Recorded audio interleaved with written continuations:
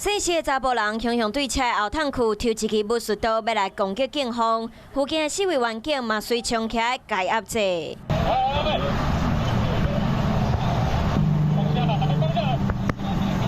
查甫人雄雄摕武术刀要攻击警方，好佳在这支刀随后员警抢起来，这位查甫人嘛互铐起来，带回去侦讯。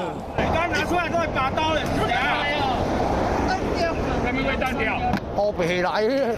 姓氏的查甫人伫昨暗时伫国道3号民间路段开车怪怪，互国道警方查落，就测达0.76，达到公共危险罪。员警当场甲车辆铐起来，而且伊甲车顶的贵重物品摕落来，想袂到查甫人竟然对后趟区抽一支刀要伤害警方。有饮酒的情形，应该是情绪不稳。所幸民警高度警觉，立即压制，并施以辣椒水制服之前上铐逮捕。